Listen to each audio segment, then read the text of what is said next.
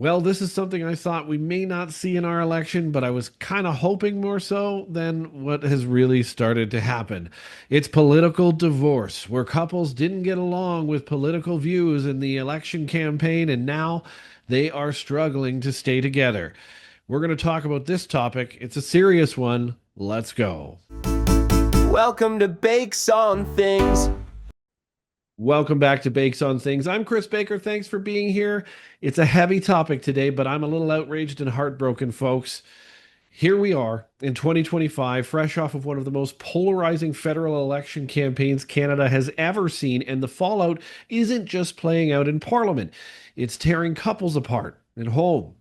You heard that right. The same left versus right, liberal versus conservative showdown that turned the campaign trail into a battleground is now wreaking havoc among marriages and common law partnerships.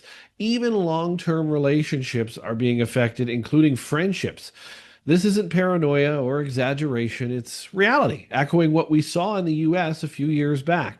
Remember the 2016 campaign with Trump versus Hillary Clinton and how that election played out down south. Families stopped speaking to each other. Lovers split up. One 2017 survey found 11% of Americans ended a romantic relationship because of political differences in the wake of that election. 11%. Let that sink in. Think about their population. See, politics isn't just abstract policy debates anymore. It's personal, it's poisonous, and it's coming for our love lives. A couple sits in painful silence, symbolizing how political strife can infiltrate even the most intimate of spaces.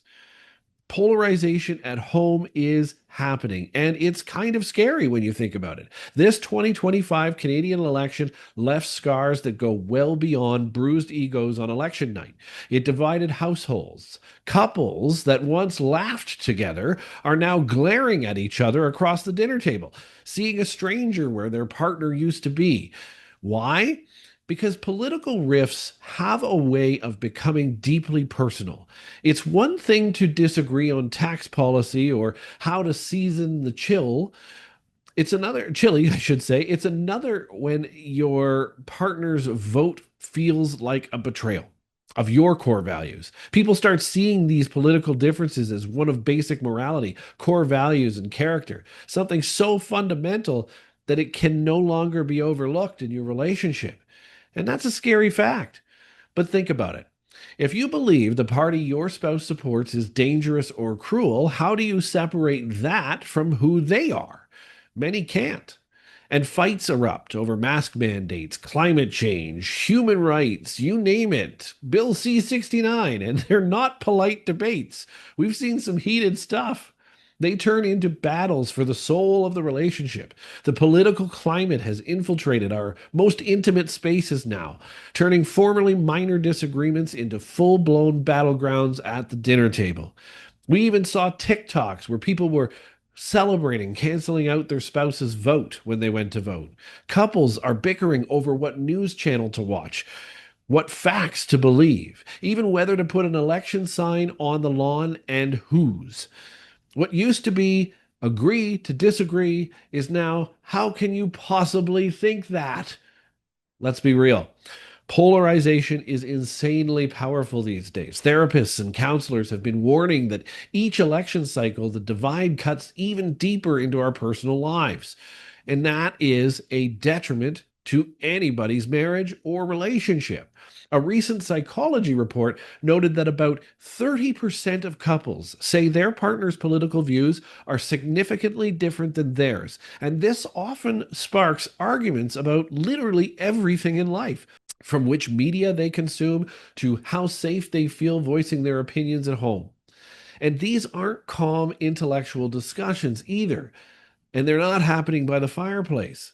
No, these are fights that get ugly with dishes thrown and things like that. Researchers have observed that today's political debates are increasingly dehumanizing, causing partners in mixed politics relationships to start seeing each other as less evolved, even as humans, or less intelligent simply for holding opposing views in politics. Imagine looking at the person that you love and feeling that way. It's relationship poison. And it doesn't stop at nasty words. Political conflict in a couple leads to very real damage. It leads to collapses in communication. Respect erodes, intimacy fades. Instead of listening and finding common ground, partners start talking to each other like combatants, each hell bent on winning the argument. Over time, the breakdown in effective communication means nothing gets resolved. Every discussion turns into a scorecard of who's right and who's wrong, and this is terrible for relationships. The emotional strain is off the charts. Constant conflict over fundamental values breeds chronic stress in a relationship, chronic resentment, and feelings of being unheard or being completely and utterly disrespected. That warmth and trust you need in a healthy relationship, it chills in the icy silence after yet another screaming match about the prime minister, former prime minister, or the candidate you love. Some couples retreat into separate social media bubbles, staring into their phones, just posting on socials, ignoring chat with each other. Others rage until they're red in the face. Either way, the bond is cracking. Look at what's happening around us. In the United States, the trend is painfully clear. By 2020, countless Americans were saying, dude, I'm done. Cutting off lifelong friendships and even family because of political disagreements. Relationships that haven't recovered to this day. They described feeling sick to their stomach that someone they cared about could hold a certain political stance. One woman ended a 40-year friendship after seeing her friend dismiss sexual assault allegations in a Supreme Court controversy. To her, it revealed a moral gulf that she just couldn't bridge or get over ever again. And it goes both ways. A conservative man from Florida told NPR, National Public Radio, that he disowned relatives who he felt sold our country out by leaning left, saying this election is about the soul of the nation. Things got really heated in the US. When people believe politics equals morality, they start treating loved ones with opposing views as traitors or enemies. No wonder relationships are imploding. Breaking up over the ballot is a thing. And the question now is it happened in the States. Is it happening here in Canada? Is Canada experiencing a post election breakup boom? Are we headed down that same road where politics becomes a top reason that people or friendships split? Let's examine the evidence. First, the raw divorce stats, for what they're worth, have been low in recent years in Canada. In fact, Canada's annual divorce numbers have been trending downward for decades, which is a good news story, hitting record lows around the pandemic. Only about 43,000 divorces were granted in 2020, the lowest since 1973. Even before COVID, our national divorce rate was one of the lowest in the G7 nations, which is crazy considering people were isolated together for what felt like years. That might sound like good news. Maybe we've all been living in maternal bliss lately. But hold on. Divorce stats don't tell the whole story, especially now. More than 1 in 5 Canadian couples, that's 22.7% of them, are in common law relationships. And those breakups never show up in official divorce counts. When an unmarried long term couple splits over politics, Statistics Canada has no way of recording it. So the official numbers are really hard to come by. They could stay low while uncounted heartache spreads across the country. From the official numbers, it would look like nothing's happening. Now, there's again no immediate stats can report saying X% spike in divorces since the 2025 election, but we're early yet. These things take time to measure and will take time to play out. But anecdotes on social media and early signals are raising alarms. Family lawyers have their ears to the ground, and some saw hints of this trend before the election even happened. In the US last year, in the heat of their 2024 election aftermath, divorce attorneys started getting more calls than usual again. One high profile lawyer observed an increase in interest in divorce following the US election again in 2024, a level of post election panic he'd never actually seen even after prior elections, including the first time Donald Trump was elected. Now, think about why. Couples already on the brink see the political earthquake as the final shove, the straw that broke the camel's back. Some were literally afraid that if the political tides turn, even divorce laws might change. So they rushed to split while they could, even before the election was finished. And beyond the legal rush, there were headlines about election related divorces making the rounds already, even across Canada. Here at home, though, 2025 felt different from past Canadian elections, and this is where the worry stems from. It was nastier. It was probably the most divisive in decades, a real values clash. The Liberals and Conservatives were in a dead heat, everyone else left in the dust. And voters were deeply, deeply polarized, especially on things like social media.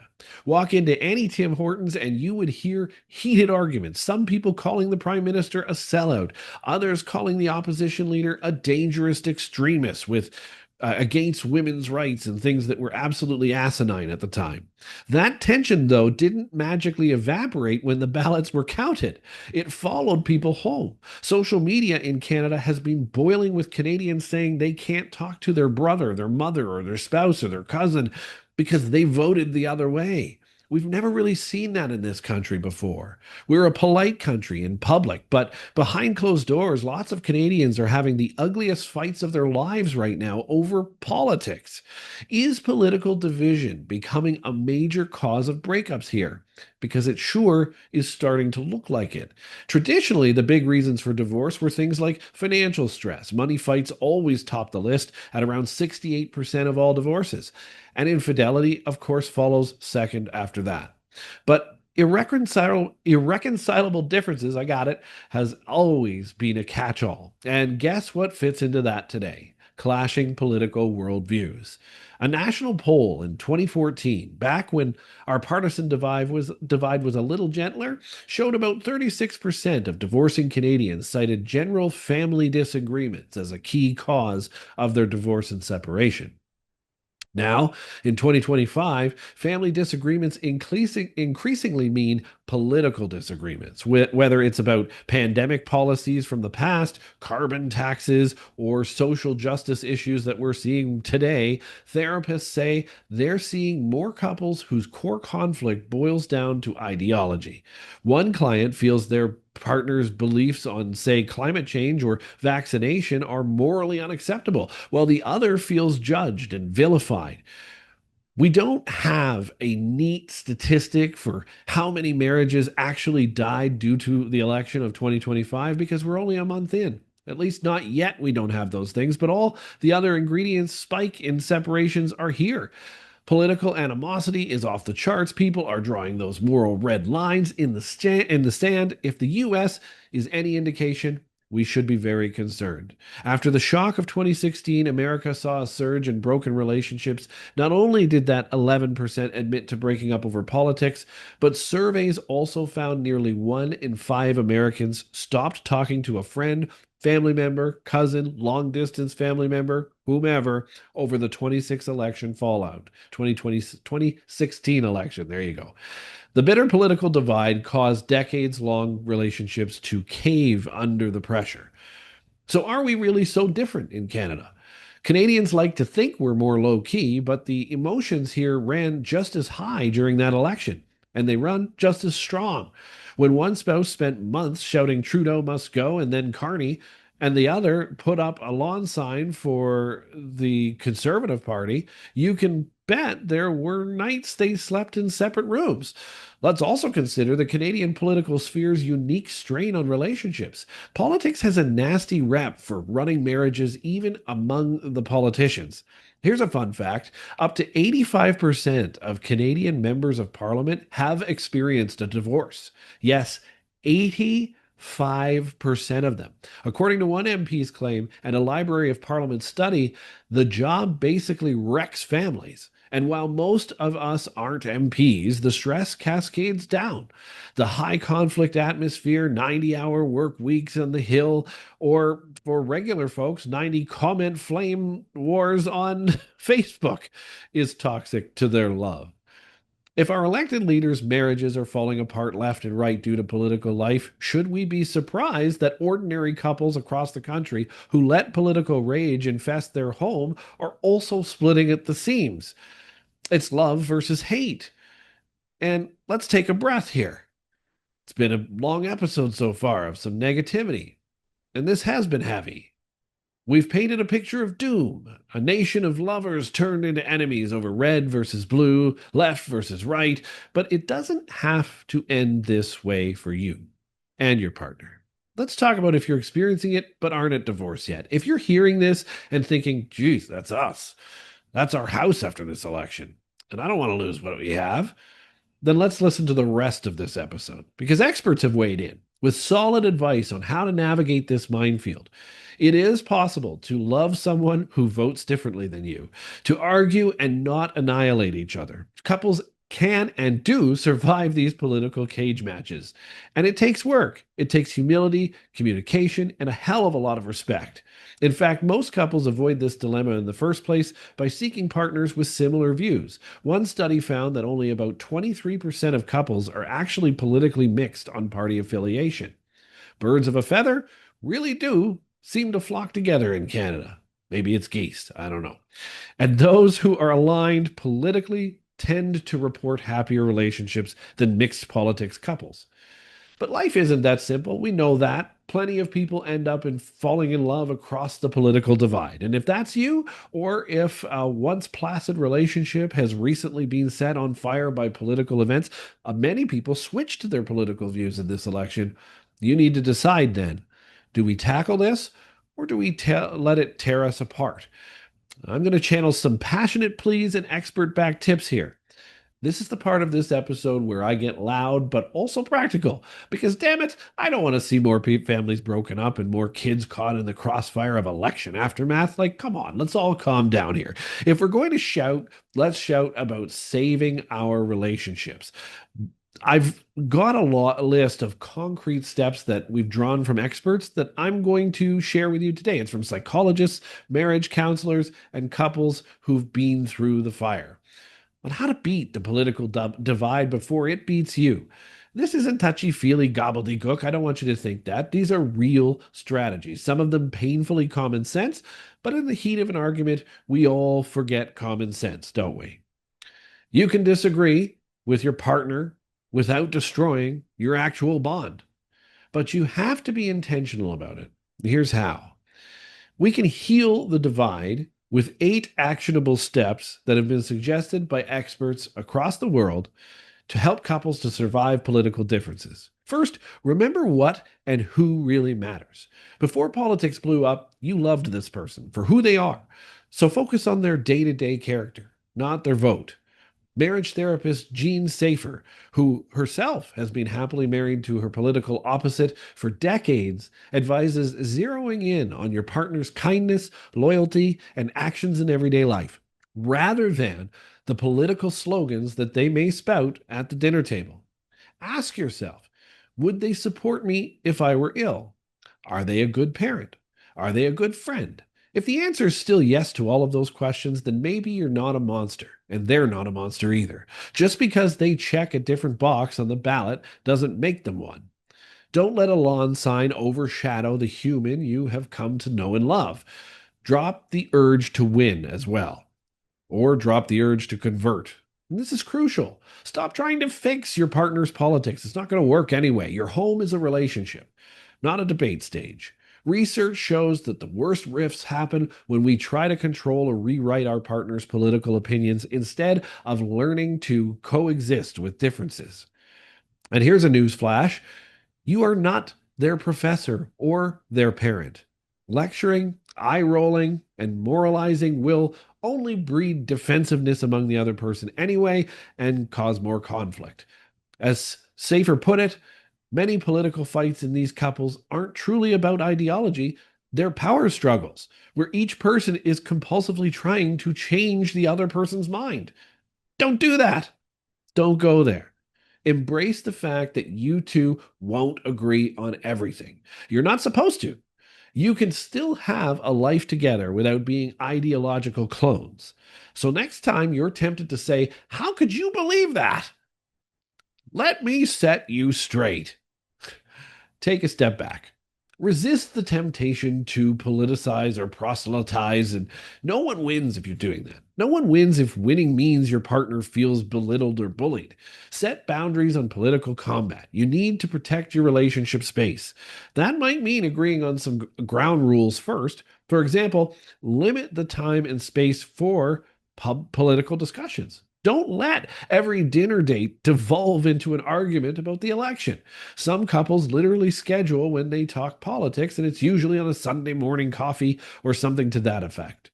And declare other times as off limits, like family dinners with the kids. Also, watch your tone and your triggers. If a conversation is getting heated, hit pause, walk away. It's okay to say, "We're not getting anywhere tonight, let's cool off." If certain topics are just too explosive right now, give them a rest. Your relationship should not feel like cable news 24/7. Prioritize date nights without political talk, activities that you both enjoy, and normal family life that excludes politics. You fell in love for a reason with this person, not a platform.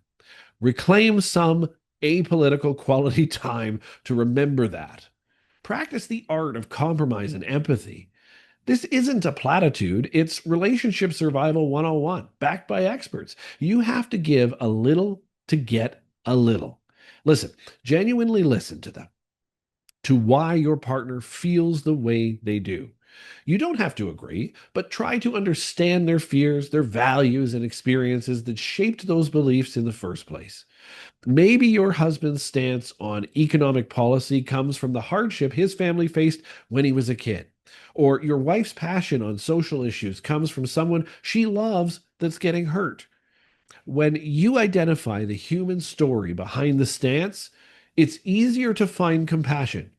Ask questions instead of launching attacks. As one mediator put it, we have to listen without jumping down each other's throats. Really listen. And only when we've deeply understood the other should we bring up our own ideas. That's a key point. And that's from BayviewTherapy.com if you're looking for references. In practical terms, acknowledge your partner's points. I get that safety is really important to you. That should be a thing in our house. And find middle ground where you can. We both care about our kids and our kids' future. That's why we're getting wound up about this, even if we differ on policy. Compromise isn't capitulation, it's finding a path that you can continue with. Healthy couples have a history and they thrive. Their secret is respect and empathy. So flex those empathy muscles every day. Refocus on shared goals and values. At the end of the day, most couples have far more in common than not. You likely share goals like providing for your family, keeping each other safe, being happy together, and so shine a spotlight on those common values. Marriage counselors advise zeroing in on what unites you. Maybe you both value honesty or charity or love of nature or faith. Remind each other of that. Remind each other of your team identity. It's not conservative versus liberal at home, it's you two versus the problem.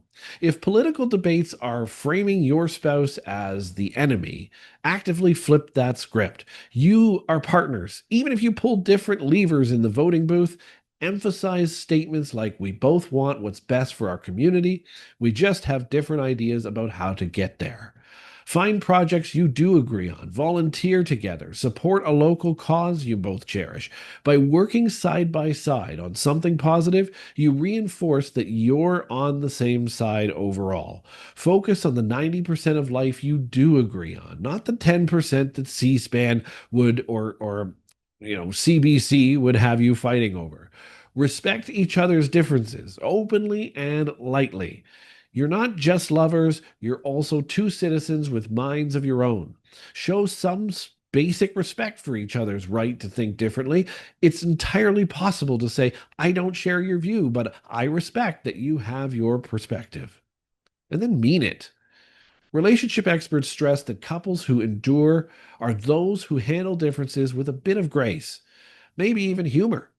Tease gently instead of shaming. If your partner makes a political comment you disagree with, you might smile and say, well, there goes that topic. Agree to disagree, and let's order dessert. I mean, it could be something as simple as that. It's not avoidance, it's choosing your battles and showing you value the person more than the issue. Make it clear that their right to their opinion is safe with you. If one of you feels you can never speak your mind without being attacked, that's not a good thing. Resentment will fester. So practice light touch respect. Nod, take a deep breath, and respond without malice. In short, just be kind. Love isn't about winning arguments, it's about mutual respect. If political talk gets too disrespectful, call a timeout and remind each other, hey, I'm on your side. I'm not the enemy. Use gratitude and positive reminders. In the thick of conflict, it's easy to see your partner as all flaws and no virtues, especially if you're viewing them through a partisan lens. Fight that cognitive distortion with gratitude. Consciously remind yourself and them of what you appreciate. Think of this as an antidote to the negativity. One psychologist suggests literally reviewing reasons you're grateful for your partner when tensions are high. That's a great idea. Sit there and take even two or three reasons each. Say it out loud. I'm upset about this issue, but I want you to know I'm grateful that you always support me in other ways. Or after a spat, pivot to a positive. I love how you take care of our kids. That's far more important to me than who we're voting for and who you voted for. By affirming the good, you re anchor the relationship in love and respect. It sounds a bit hallmarky, I know, and we're not trying to create one of those episodes, but trust me, these experts say it works, and I believe them. Gratitude refocuses your brain on your partner's value, not the argument. It's hard to go for the jugular when you're also remembering this is the person who held me when I cried last week. So express appreciation daily. It creates a buffer of goodwill that makes it easier to navigate disagreements. Just know when to get help, too. That's the other thing. Get it sooner, not later. There's zero shame in calling one of these professionals and making a referee in your relationship if need be. A couples therapist or counselor, especially one familiar with politically mixed couples. Sometimes you need a neutral third party to help you both articulate your feelings and learn better conflict skills. If you find that every political chat turns into the same vicious cycle and you can't break out of it, a therapist can provide tools and perspective. They can teach you how to cool down heated discussions, how to argue fairly between the two of you. No interrupting, no insults, stick to the point, and how to rebuild trust that's been fractured. Don't wait until someone has a suitcase packed or an attorney on speed dial to do any of this. Early intervention is absolutely key. Think of it like preventative maintenance on your car. You tune it up before the engine blows. Even a short series of counseling sessions can be a game changer to your relationship, giving you both a safe space to be heard and to hear each other. Investing in your relationship's health is infinitely easier than divorce court. Trust me, I know. And hey, if therapy could save you from becoming part of a grim statistic, isn't that worth it? Do you really want to be part of that statistic? Look, the bottom line here is we are living through a hugely divisive moment in Canadian history. The political earthquakes of 2025 have rattled us all, and our closest relationships are feeling the aftershocks. It's tearing some couples and friendships apart as we speak, but it absolutely does not have to tear yours apart. Love can conquer all, friendships can conquer all. If we're willing to put in the work and remember that our partners and friends mean more to us than any politician or party ever should. This episode comes from a place of passion because I care. I care about our country. I care about you guys, our people, and the notion that our personal bonds should be stronger than partisan chaos. Don't let the 24-hour news cycle steal your joy or your spouse. Politics is important, yes, but your love is something worth fighting for with even more ferocity. Canada, we've got to wake up here. A nation divided at the polls cannot become a nation divided personally and in homes.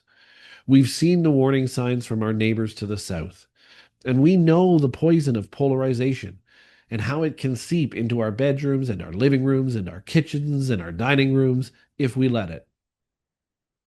So let's choose differently. Let's have the hard conversations with open hearts and ears. Let's show the world and ourselves that we can be passionately political and stay madly in love with those who don't always vote the same. It's time to turn down the political heat in this country a little bit and remember that the warmth that brought us together in the first place is who Canada truly is. Our relationships depend on it. Our families depend on it. We all depend on it. Thanks for watching Bakes on Things. I really appreciate it. Hit like, hit subscribe, and comment. Have you seen or do you know anybody that's gone through this or is going through this? Share it with them to help them out. There's lots of great advice here. Thanks again for watching. I'm Chris Baker, and we'll catch you tomorrow morning.